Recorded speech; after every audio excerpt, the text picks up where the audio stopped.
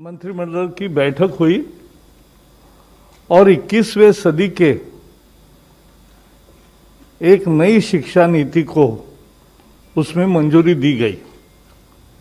यह बेहद महत्वपूर्ण है क्योंकि 34 साल से शिक्षा नीति में परिवर्तन नहीं हुआ था और इसलिए आज का ये जो परिवर्तन है और जो नई शिक्षा नीतियां है, मुझे विश्वास है कि पूरा समाज और सभी देशवासी इसका स्वागत करेंगे और दुनिया के शिक्षाविद भी इसको निश्चित रूप से सराहना करेंगे। सो फ्रेंड्स, आज today we have Ramesh Pokhriyal ji also, but I'll request first secretary, who will do first? Amit Khare ji, to his secretary of higher education, so he'll do a presentation because बहुत सारे मुद्दे हैं और बहुत मुद्दों को ढंग से समझने के लिए एक अच्छा प्रेजेंटेशन है, सबको मिलेगा भी और प्रेस रिलीज भी डिटेल्ड है, वो भी मिलेगा। माननीय मंत्री श्री प्रकाश जावड़ेकर जी, माननीय मंत्री श्री रमेश पोखरियाल निशंक जी, मेरे सहकर्मी सचिव स्कूल शिक्षा एवं साक्षरता अनीता करवल जी, प्रेस एवं मीडिया के सभी बंधुओं, जैसा माननीय मंत्री जी ने बताया, आज ऐतिहासिक दिन है।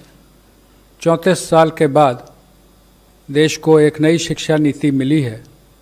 मैं संक्षिप्त प्रस्तुतिकरण के माध्यम से पुरानी शिक्षा नीति के मुकाबले हम नई शिक्षा नीति में कहाँ हैं, जो बड़े परिवर्तन हैं वो क्या हो रहे हैं उच्च शिक्षा, स्कूल शिक्षा में, और इसका आउटकम रहेगा, कितने छात्र छात्राएं लाभान्वित होंगे, किस प्रकार से नए संस्थान खुलेंगे, इस पर एक प्रेजेंटेशन है। सर ज़्यादा लंबा नहीं है, it is 11 slides. I'll just give you the background that starting with the University Education Commission way back in 1948, there was Secondary Education Commission followed by Kothari Commission, and Kothari Commission was the one which led to the formulation of the National Policy on Education in 1968. Now from 68 to 86, the same policy continued. 86, there was the new policy, the NPE, National Policy on Education 86.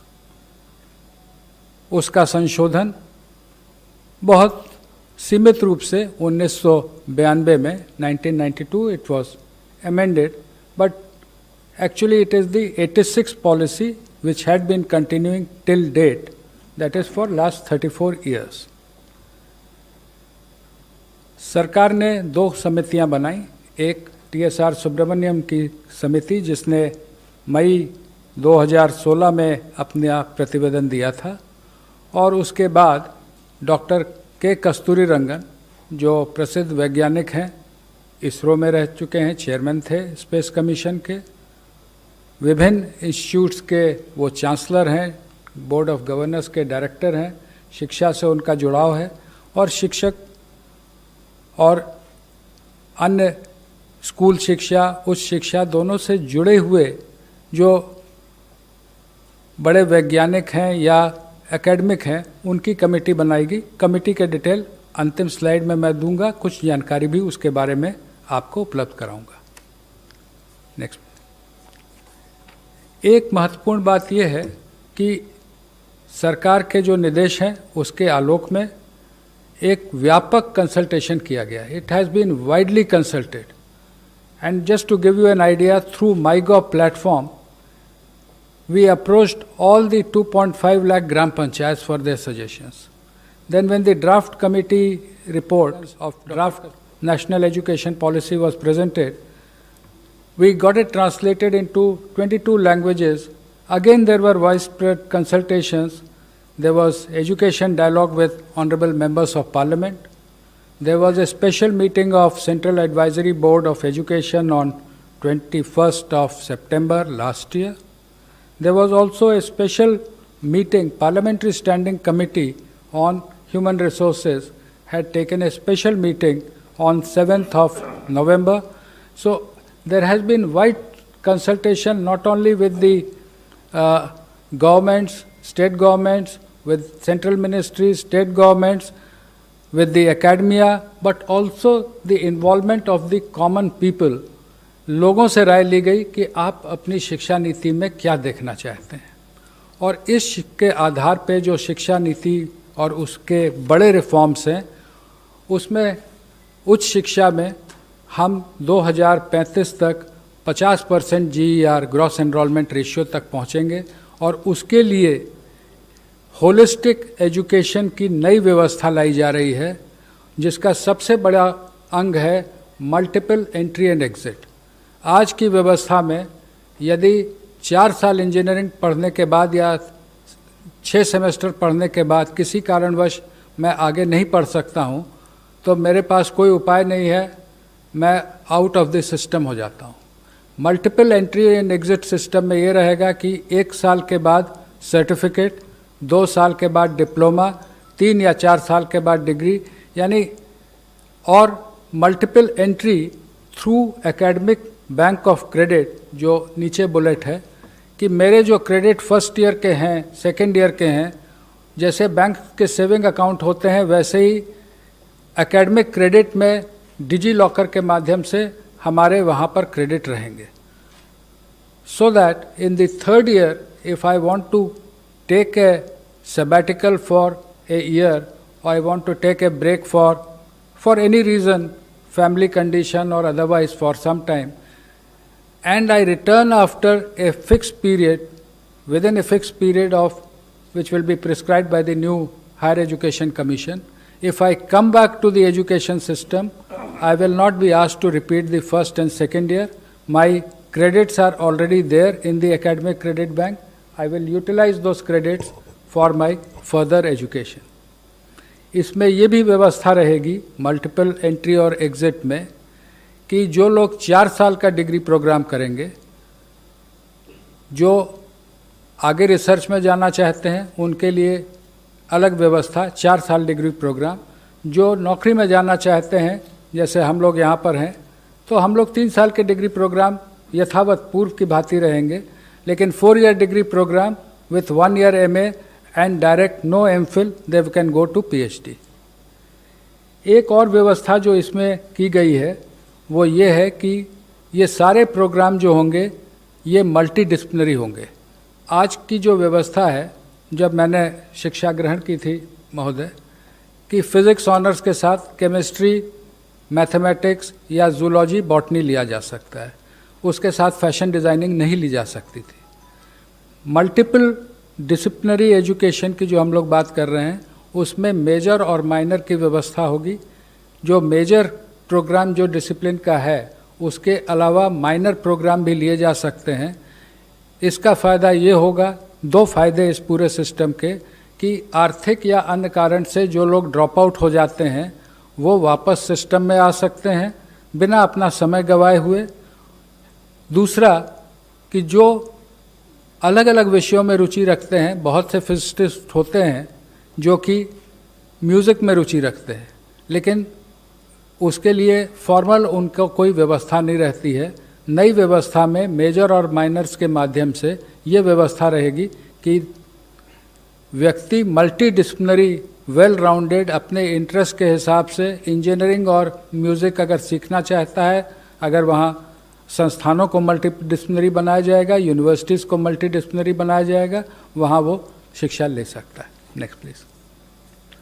Graded autonomy of autonomous colleges, ये आप में से प्रायः बहुत लोग अवगत होंगे कि हमारे देश में लगभग 45,000 कॉलेजेस हैं जिनको हम संबद्धता प्राप्त एफिलिएटेड कॉलेजेस कहते हैं। किसी किसी विश्वविद्यालय में तो इनकी संख्या 800 तक पहुंच गई, जिसके कारण न केवल गुणवत्ता में गिरावट आती है बल्कि विश्वविद्यालय परीक्षा केंद्र ही बने रहते हैं, लगातार वहाँ परीक्षा चलती रहती है। ग्रेडेड ऑटोनॉमी की व्यवस्था ये होगी कि उनके एक्रेडिटेशन स्टेटस के आधार पर A+, A, B उनको अलग अलग एडमिनिस्ट्रेटिव और एकेडमिक ऑटोनॉमी और फाइनेंशियल ऑटोनॉमी कॉलेजेस को दी जाएगी। जो A+ हैं वो ज़्यादा ऑटोनॉमी पाएंगे, A वाले उससे कम, और B ग्रेड में जो रहेंगे उनको कहा जाएगा कि आप अपने आप में सुधार लाएं, तब आपको आगे इसमें व्यवस्था की जाएगी। नेशनल मिशन ऑन मेंटरिंग, जिसमें जो हमारी फैकल्टी है उसके उन्नयन और हैं जो उनको अच्छे मेंटर मिले, उनके एलुमनाई से, उनके टीचर से, इसकी व्यवस्था रहेगी।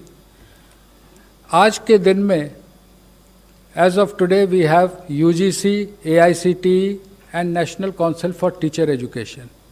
There will be single regulator for higher education. एक रेगुलेटर रहेगा जो कि सारे एजुकेशन, हायर एजुकेशन को एक ही रेगुलेटर देखेगा। उसमें अलग अलग एक्रेडिटेशन के लिए, अप्रूवल्स के लिए, फाइनेंसिंग के लिए अलग अलग वर्टिकल रहेंगे, लेकिन एक रेगुलेटर रहेगा। और वो regulator self disclosure based, online self disclosure based transparent system पे काम करेगा। हर चीज़ के लिए बार बार इंस्पेक्शन टीम बना के भेजने की जो वर्तमान व्यवस्था है, उसके जगह सेल्फ डिस्क्लोजर बेस्ड व्यवस्था लाई जाएगी। As on date, we have different norms for deemed universities, for the central universities, for different individual standalone institutions. The new policy says that for reasons of quality, norms will be same and not as per the ownership. चाहे वो deemed university हो या केंद्रीय विश्वविद्यालय हो या राज्य विश्वविद्यालय हो, शिक्षा के जो स्टैंडर्ड्स होंगे वो सबके लिए कॉमन होंगे। फ़ी फिक्सेशन पर भी समिति ने जो रिकमेंडेशन की थी उसका विस्तृत उल्लेख पॉलिसी में किया गया है। ब्रॉड रेगुलेटरी फ्रेमवर्क के अधीन फ़ी पर कैप रखा जाएगा। पब्लिक और प्राइवेट दोनों और फिलैंथ्रोपिक पार्टनरशिप भी रहेंगी, लेकिन जैसे मैंने कहा फ़ी फिक्सेशन पर के लिए भी इस पॉलिसी में व्यवस्था की गई है। और जो शुरू से हमारा लक्ष्य रखा है कि GDP का 6% शिक्षा के क्षेत्र में व्यय होना चाहिए। अभी as on date it is around 4.43%, including the state government, centre and the state government. That we will work together, that is the central government, state governments will work together to achieve 6%. National research foundation, USA में national science foundation के बारे में आप में से बहुत लोगों ने सुना होगा, उसके बारे में पढ़ा होगा कि वहाँ के रिसर्च प्रोजेक्ट्स जो होते हैं वो फाउंडेशन NSF के माध्यम से स्पॉन्सर होते हैं। हमने उसको थोड़ा सा सरकार ने विस्तृत करके नेशनल रिसर्च फाउंडेशन, इसमें ना केवल साइंस बल्कि सोशल साइंस भी शामिल होगा। और ये नेशनल रिसर्च फाउंडेशन जो बड़े प्रोजेक्ट हैं उनकी फाइनेंसिंग करेगा। और इससे हम समझते हैं कि शिक्षा के साथ रिसर्च में जो हमको आगे आना है, जो रिसर्च, इनोवेशन, पेटेंटिंग, इसमें हम आगे बढ़ सकेंगे। शिक्षा के अंतर्राष्ट्रीयकरण के बारे में पॉलिसी ने विस्तार से चैप्टर 12 में उल्लेख किया है। और उल्लेख ये है कि हम अपने देश के शिक्षा को, कि उच्च शिक्षा को इस स्तर का बनाएंगे कि बाहर के विद्यार्थी हमारे साथ आएँ और जो एक्सचेंज होते हैं वो देश के उच्च शिक्षण संस्थानों और विदेश के हाई रैंकिंग उच्च शिक्षण संस्थानों के बीच हों। स्टैंड अलोन जो हमारे इंस्टीट्यूशंस हैं उनको मल्टीडिसिप्लिनरी बनाने की ओर हम बढ़ेंगे। टेक्नोलॉजी का व्यापक उपयोग ड्राफ्ट पॉलिसी में भी उल्लेखित था। कोविड के कारण पूर्व से ही व्यापक उपयोग होने लगा है। पॉलिसी में लिखा है कि टेक्नोलॉजी का व्यापक उपयोग होगा विथ इक्विटी, यानी हम समावेशी रूप से टेक्नोलॉजी का उपयोग करेंगे, लेकिन इस प्रकार से करेंगे कि जो हमारे साथी पीछे हैं या जो आर्थिक कारणों से जिनके पास डिवाइस या कनेक्टिविटी में रुकावट है, तो हम उनको साथ लेते हुए आगे बढ़ेंगे। No child should be left behind. Technology will be used but every child will be taken on board. Indian knowledge system के बारे में जो विस्तार से चर्चा की गई है, लेकिन सभी भाषाओं पर ध्यान देते हुए जो हमारे इंस्टीट्यूट्स हैं लैंग्वेज फैकल्टी के, रिसर्च जो लैंग्वेज पे होता है, जो क्लासिकल इंस्टीट्यूट हैं जैसे क्लासिकल तमिल, क्लासिकल तेलुगु, कन्नड़, और जो CIL मैसूर है जिसमें और इंडियन लैंग्वेजेस हैं, उन सब पे ये जोर दिया जाएगा कि जो साइंटिफिक और लिटरेचर है जो अलग अलग भाषाओं का है उसको हम लोग आगे लाएं, और ट्रेडिशनल आर्ट्स, जो आर्ट्स यानी कि उसमें क्राफ्ट भी सम्मिलित हैं, लोक विद्या जिसको हम कह सकते हैं, जो पीछे कई बार हम लोग मॉडर्नाइज होने के लिए आगे बढ़ते हैं लेकिन जो हमारे लोक विद्याएँ छूट जाती हैं उनको भी हम आगे ले जाएंगे। और टेक्नोलॉजी का जैसे मैंने आपसे उल्लेख किया, यूज़ ऑफ टेक्नोलॉजी, इसमें 4 मुख्य हैं। शिक्षा की जो योजना बनेगी, education planning, teaching, learning and assessment, जो समस्याएं आज देखने को आ रही हैं विशेषकर असेसमेंट में, एग्ज़ाम्स के बारे में, टीचिंग, लर्निंग एंड असेसमेंट में हम टेक्नोलॉजी का इस प्रकार उपयोग करेंगे कि semester wise, mid semester wise ये टेक्नोलॉजी के उपयोग से 360 डिग्री असेसमेंट होगा। उसका उल्लेख जब स्कूल में आएंगे तो आप हमारे सहकर्मी करेंगी। मैंने पहले भी कहा, access to the disadvantage groups, disadvantage could be economical, disadvantage could also be due to differently abled persons, उनके बारे में भी विशेष उल्लेख है कि दिव्यांगजनों के लिए टेक्निक का और टेक्नोलॉजी का उपयोग कर हम कैसे उनको शिक्षा में आगे बढ़ाएंगे। ई कंटेंट इन रीजनल लैंग्वेजेस, कई बार हमारा विशेषकर जो साइंटिफिक इंस्टीट्यूशंस में फोकस पूरी तरह से इंग्लिश पे हो जाता है या कहीं कहीं पे हिंदी पे रहता है, लेकिन जो ई कोर्सेज रहेंगे वो कम से कम 8 भाषाओं में, ये मंत्री जी ने बीच में ही निर्णय लिया है कि देश की जो प्रमुख 8 भाषाएं हैं, तमिल, तेलुगु, कन्नड़, मलयालम, इधर गुजराती, मराठी और ओडिया, बंगाली, तो इनमें हम ई कोर्सेज डेवलप करेंगे। केवल इंग्लिश हिंदी में नहीं बल्कि रीजनल लैंग्वेजेस में भी ई कोर्स रहेंगे। वर्चुअल लैब्स पर कार्य IIT मद्रास ने शुरू कर दिया है। बहुत से कॉलेजेस में लैब्स नहीं रहते हैं या स्कूल में लैब की वैसी व्यवस्था नहीं रहती है। आजकल सिमुलेटर टाइप के लैब नई टेक्नोलॉजी में आ गए हैं, उनको ला करके लैब का actual field hand down lab से कराएंगे। इसके लिए एक नेशनल टेक्नोलॉजी फोरम, कोई अलग से ये ब्यूरोक्रेसी बढ़ाने का नहीं है, लेकिन private sector, government sector, educationist, technologist, इन सबको एक जगह लाने की ये व्यवस्था होगी। मैं इसके साथ ही अनुरोध करूंगा, स्कूल एजुकेशन के प्रमुख जो रिफॉर्म्स हैं उस पर सचिव स्कूल शिक्षा बताएंगे। माननीय मंत्री जी श्री जावड़ेकर जी, माननीय मंत्री श्री निशंक जी, सचिव उच्च शिक्षा श्री खरे जी, PIB से कुलदीप जी और प्रेस के मित्रों, जैसा कि सर ने कहा मैं यहीं से शुरू करती हूँ। ये जो पूरी जो हमारी पॉलिसी आज आई है बाहर, उसमें 27 मेजर हेडिंग्स हैं सर, टेक्नोलॉजी से 27 जो मेजर हेडिंग्स हैं उसमें 10 हेडिंग्स सिर्फ स्कूली शिक्षा के लिए हैं, 10 हेडिंग्स सिर्फ उच्च शिक्षा के लिए हैं, लेकिन 7 हेडिंग्स ऐसे हैं जो कॉमन हैं, और वो जो कॉमन है उसमें ये टेक्नोलॉजी और ऑनलाइन एजुकेशन भी है। तो जैसा कि सर कह रहे थे कि ऑनलाइन एजुकेशन और टेक्नोलॉजी, जो आप ऊपर जो 4 बुलेट देख रहे हैं, टेक्नोलॉजी का जो यूज़ है एजुकेशनल टेक्नोलॉजी का, वो ऑनलाइन एजुकेशन मतलब सेकंड बुलेट है। टीचिंग, लर्निंग एंड असेसमेंट के लिए तो यूज़ होगा ही, लेकिन एजुकेशनल टेक्नोलॉजी जो बाकी एरियाज़ हैं उसके लिए भी यूज़ करने के लिए काफ़ी डिटेलिंग है उसमें। अब हम स्कूल के रिफॉर्म्स की तरफ आएँ तो इसमें काफ़ी पाथ ब्रेकिंग रिफॉर्म्स हैं जो कि इनफैक्ट पहली बार किसी भी एजुकेशन पॉलिसी में आई है। सबसे पहली चीज़ तो 1986 में जैसा कि ICDS स्कीम का इंट्रोड्यूस किया गया था, लेकिन इस बार जो है वो early childhood care and education के लिए एक पूरा करिकुलम बनाने की बात है। करिकुलम के अलावा यूनिवर्सलाइजेशन, जो सस्टेनेबल डेवलपमेंट गोल्स में भी जो लिखा हुआ है, तो इस शिक्षा को जो पूर्व प्राथमिक शिक्षा होती है उसकी यूनिवर्सलाइजेशन की बात की गई है।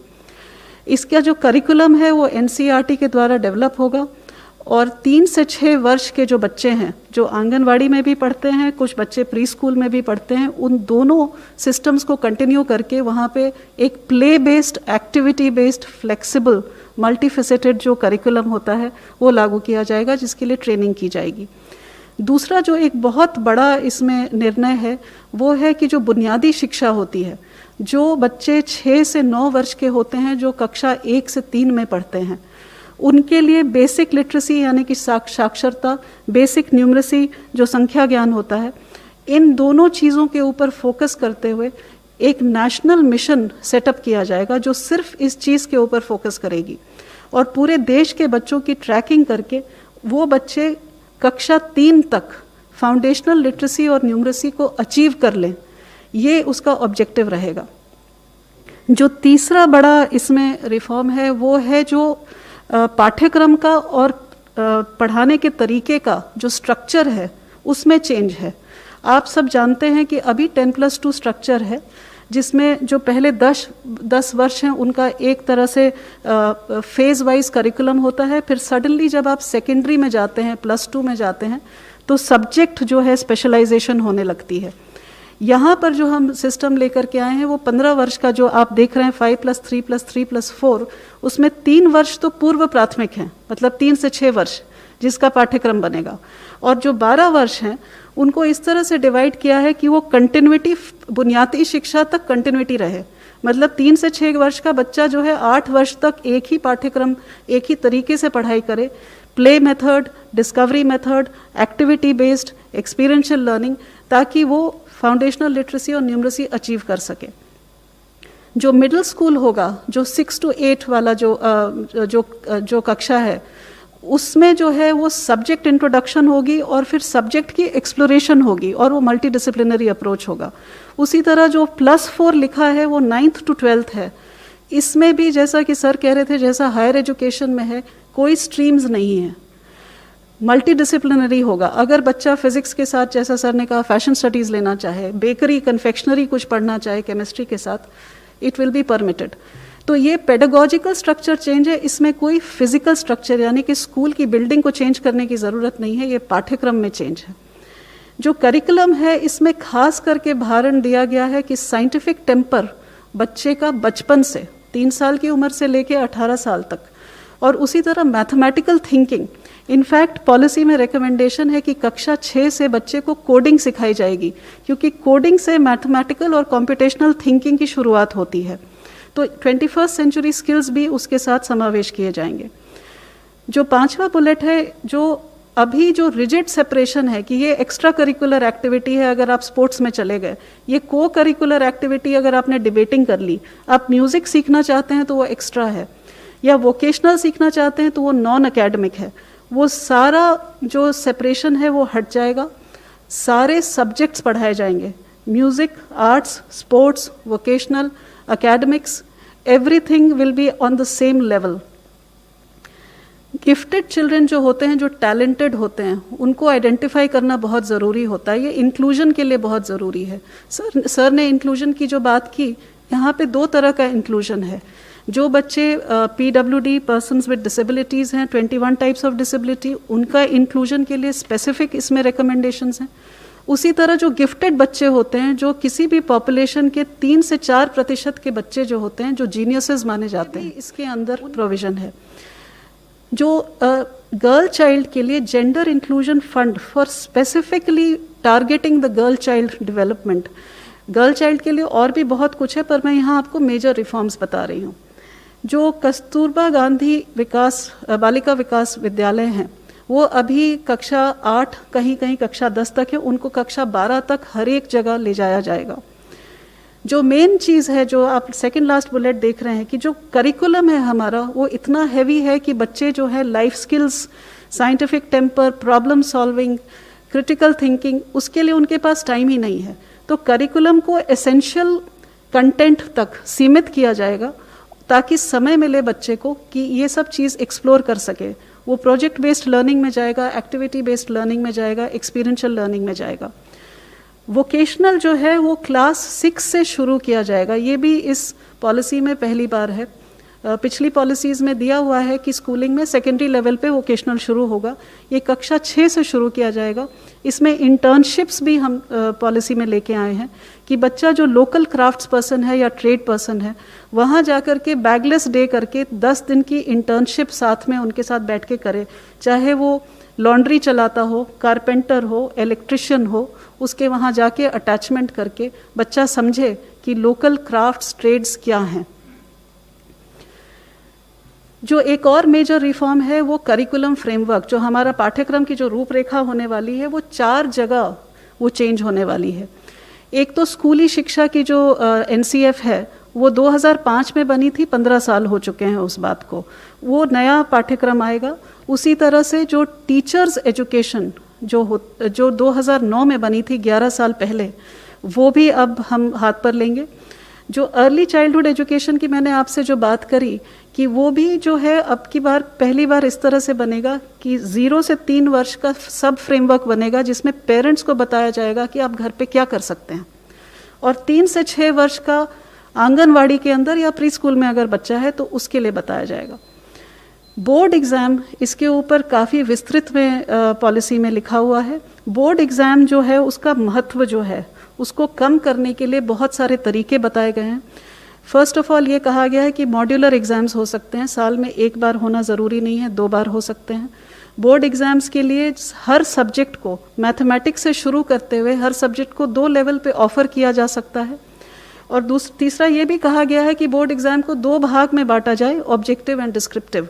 इस तरह से काफ़ी सारे इसके अंदर पॉलिसी में चीज़ें लाई गई हैं बोर्ड एग्ज़ाम्स के लिए। और ये भी कहा गया है कि बोर्ड एग्ज़ाम सिर्फ नॉलेज के एप्लीकेशन को टेस्ट करे, रोट लर्निंग को नहीं, जो आप रट करके जाते हैं उसको नहीं, लेकिन वहाँ जा कर के जो रोज़मर्रा की ज़िंदगी में आपके नॉलेज को अप्लाई करने की बात है उसको टेस्ट किया जाए।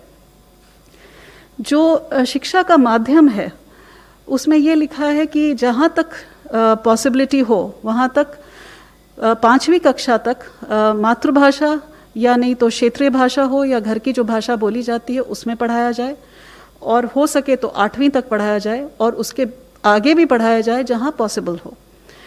एक बड़ी इंटरेस्टिंग चीज़ इसमें लेके आए हैं कि जो बच्चे का जो आप रिपोर्ट कार्ड होता है, आप सबके बच्चों का रिपोर्ट कार्ड आता होगा, वो 2 पेज का होता है। एक साइड सब्जेक्ट लिखे होते हैं और उसमें कुछ मार्क्स और लाल रंग की लाइन वाइन कहीं डाल दी जाती है, और दूसरी साइड लिखा जाता है कि बच्चा क्लास में बात नहीं करता, बस इतने सा रिपोर्ट कार्ड होता है। ये एक होलिस्टिक रिपोर्ट कार्ड की बात हो रही है। इसमें 3 तरह के मूल्यांकन होंगे। एक तो खुद बच्चा अपना मूल्यांकन करेगा, दूसरा सहपाठी जो उसके हैं वो उसका मूल्यांकन करेंगे, और तीसरा उसके शिक्षक उसका मूल्यांकन करेंगे। और ये जो रिपोर्ट कार्ड है इसमें हर साल इस बच्चे को कौन सी लाइफ स्किल इस बच्चे में समावेश होनी चाहिए वो लिखा होगा, पेरेंट्स के साथ चर्चा होगी, और वो हर लाइफ स्किल के ऊपर चर्चा करता हुआ रिपोर्ट कार्ड बनेगा, जो हम लोग आर्टिफिशियल इंटेलिजेंस पे बेस करके जब बच्चा 12वीं कक्षा में निकलेगा तो उसके पास अपने पिछले 15 साल का पूरा एक, जिसको कहते हैं कच्चा चिट्ठा होगा, जिसमें लिखा होगा कि वो कौन कौन सी स्किल्स उसने इम्बाइब करी हैं। हर एक बच्चे का, चूंकि हम बुनियादी शिक्षा के ऊपर बहुत जोर देने वाले हैं, तो ऐसे हर एक बच्चे का लर्निंग आउटकम्स हमको ट्रैक करना पड़ेगा कि उस बच्चे ने बुनियादी शिक्षा, लिटरेसी और न्यूमरेसी उसको अचीव की है या नहीं, तो वो उसकी बात की गई है।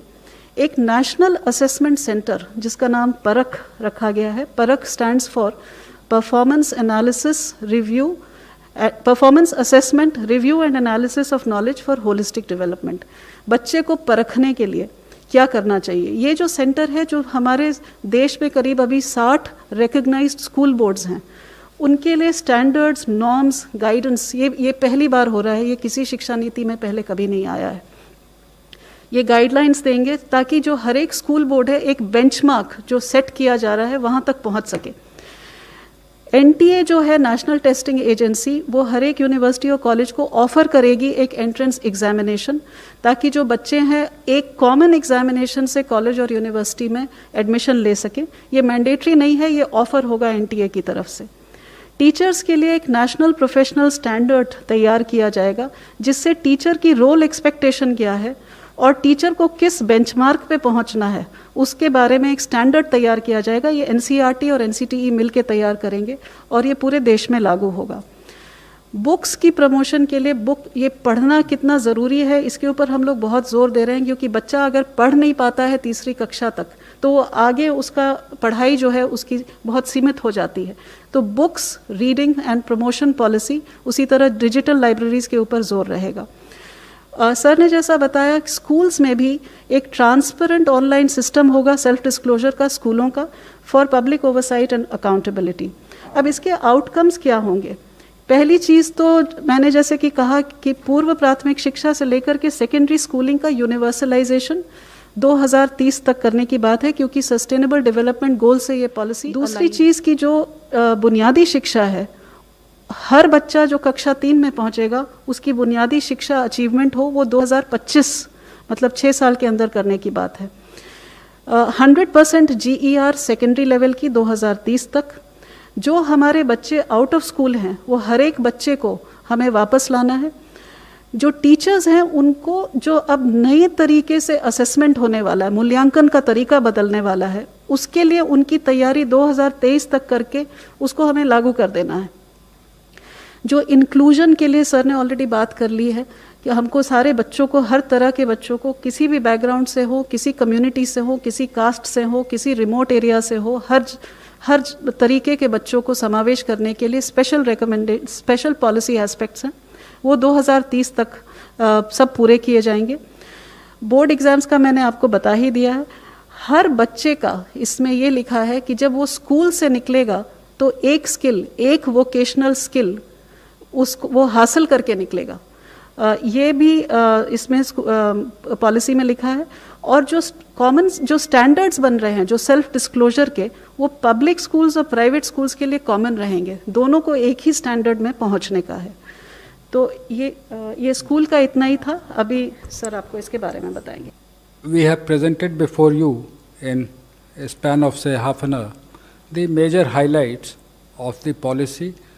We would again state that it is aimed at bringing transformational change, not incremental change, but transformational change in both higher education sector and the school education.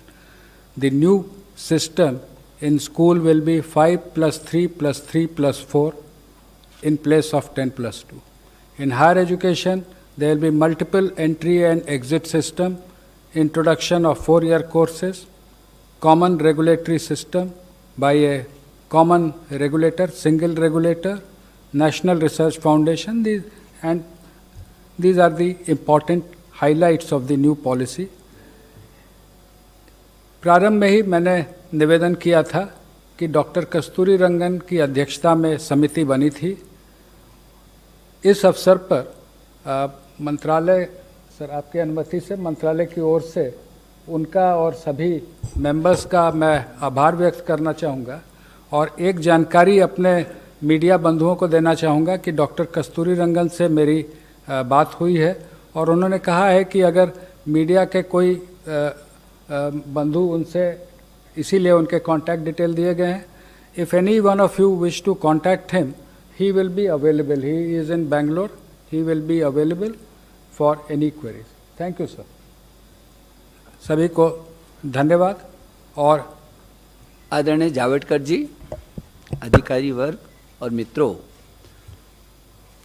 आज हिंदुस्तान के इतिहास में एक ऐसा अवसर आया है जब इस देश के यशस्वी प्रधानमंत्री नरेंद्र मोदी जी की अध्यक्षता में इस देश की ऐसी शिक्षा नीति जो 1986 के बाद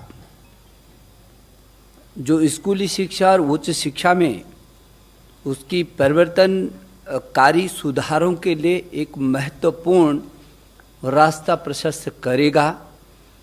और जो हमारे देश के प्रधानमंत्री ने एक नए भारत के निर्माण की बात की है, जो स्वच्छ भारत होगा, स्वस्थ भारत होगा, सशक्त भारत होगा, समृद्ध भारत होगा, श्रेष्ठ भारत होगा, एक भारत होगा, उस नए भारत के निर्माण में ये नई शिक्षा नीति 2020 मील का पत्थर साबित होगी।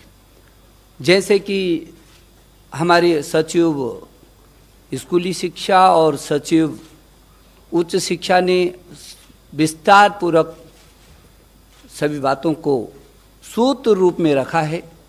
और हमारे बड़े भाई आदरणीय जावड़ेकर जी जो इस मंत्रालय में और इस शिक्षा नीति से तब से लेकर लगातार जुड़े रहे हैं, जिनके समय में, जिनके मार्गदर्शन में ये काफ़ी आगे बढ़ी। और मैं ये समझता हूँ कि पूरी दुनिया में शायद इससे बड़ा परामर्श, विचार विमर्श कभी नहीं हुआ होगा। इतना बड़ा नवाचार ये दुनिया के लिए एक उदाहरण है, जब किसी नीति पर देश के कोने कोने से, अभिभावकों से, छात्रों से, विशेषज्ञों से, शिक्षाविदों से, राजनीतिज्ञों से, जनप्रतिनिधियों से और यहाँ तक कि 1,25,000 ग्राम समितियों से विचार विमर्श किया गया हो, जहाँ सभी सरकारों के साथ भी परामर्श किया गया हो, शिक्षा मंत्रियों से, देश के शिक्षा मंत्रियों से समय समय पर लगातार विचार विमर्श किया गया हो, देश के सभी राज्यों के शिक्षा विभागों के साथ परामर्श किया गया हो, जनप्रतिनिधियों के साथ लगातार बात की गई हो और राज्यसभा और लोकसभा के सांसदों के साथ प्रदेश वाइज लगातार सुबह से शाम तक इन नीतियों पर, इनके एक एक विषय पर परामर्श और चर्चा की गई हो। संभवतः देश के इतिहास में ये पहली बार ऐसा हो रहा होगा। और इन लंबे रास्तों से होकर के, गुजर करके, क्योंकि ये देश की शिक्षा नीति बन रही है। शिक्षा किसी भी व्यक्ति, परिवार, समाज और राष्ट्र की आधारशिला होती है और इसलिए व्यापक परामर्श और सब लोगों की चर्चाओं के बाद और जब हमने इसको पब्लिक डोमेन में डाला था उसके बाद भी 2,25,000 के करीब सुझाव आए। उन सुझावों में भी हमने उच्च शिक्षा और स्कूली शिक्षा 2 अलग सचिवालय बनाए, 15-15, 20-20 टीमें विशेषज्ञों की बनाई, व्यापक उनका विश्लेषण किया और उस सब के बाद इसको एक शिक्षा नीति के इस निचोड़ पर ला करके आज माननीय प्रधानमंत्री जी की अध्यक्षता में हुई जो कैबिनेट है उसने इस पर अपनी अंतिम सहमति दी है। मैं मानव संसाधन विकास मंत्रालय, जो अब शिक्षा मंत्रालय के नाम से जाना जाएगा, उस मंत्रालय की ओर से मैं अपने देश के यशस्वी प्रधानमंत्री जी का आभार प्रकट करना चाहता हूँ, पूरी कैबिनेट का आभार प्रकट करना चाहता हूँ और मैं देश के लगभग 1,000 से भी अधिक विश्वविद्यालय, 45,000 से भी अधिक डिग्री कॉलेज, 15 लाख से भी अधिक स्कूल, 1,09,00,000 से भी अधिक अध्यापक और कुल अमेरिका की जितनी आबादी नहीं है उससे भी अधिक 33 करोड़ से भी अधिक छात्र और छात्राओं को आज के इस ऐतिहासिक दिन पर बधाई देना चाहता हूँ, शुभकामना देना चाहता हूँ। मुझे भरोसा है कि जो ये हमारी शिक्षा नीति है, ज्ञान, विज्ञान, अनुसंधान, नवाचार, प्रौद्योगिकी से युक्त, संस्कार क्षम, मूल्य परक, हर क्षेत्र में हर परिस्थिति का मुकाबला करने वाली, पूरी दुनिया के लिए भारत में ज्ञान की महाशक्ति के रूप में उभर करके आएगी। जब पूरी दुनिया का सबसे बड़ा गंतव्य, शिक्षा का गंतव्य हिंदुस्तान होगा। मैं एक बार फिर आप सबको भी शुभकामना देना चाहता हूं और आज तो ये नीति में मुख्य क्या क्या बिंदु हैं, इन बिंदुओं की चर्चा की, लेकिन कभी भी आपको चर्चा करनी हो तो मैं समझता हूं कि उसके लिए हमेशा चर्चा के लिए समय है और इस पे इतनी व्यापक चर्चा हुई है, लेकिन इस नीति को नीचे तक ले जाने के लिए आपकी भी सहयोग की हमको ज़रूरत पड़ेगी। एक बार प्रकाश भाई को भी मैं बहुत धन्यवाद देना चाहता हूँ। बहुत बहुत धन्यवाद। By both the secretaries and the minister concerned, and I think we are giving along with it a detailed note in which all the features of new education policy are mentioned. And therefore, today I have a request, क्योंकि अगर सवाल पूछने को एक बार शुरू करेंगे तो हर एक को सवाल है, क्योंकि शिक्षा हर घर का विषय है, आपका भी है और इसलिए हम एक भी प्रश्न अनुत्तरित नहीं रखना चाहते। लेकिन वो आज सब न करते हुए कल से, हाँ, यानी बाद में मंत्री जी मिलेंगे, और क्योंकि आपको भी डाइजेस्ट करना है। और देखो, आज अगर आप सारा रिपोर्ट, सारा प्रेजेंटेशन और सभी प्रेस रिलीज सब दोगे तो पेपर में दूसरा और प्रश्नोत्तर, तो दूसरा कुछ छापने को जगह नहीं रहेगी। तो ऐसा मत करो। और इसलिए so will take questions afterwards, not today. That's a special request. Thank you. Thank you very much, sir. Thank you, sir. I will. Friends.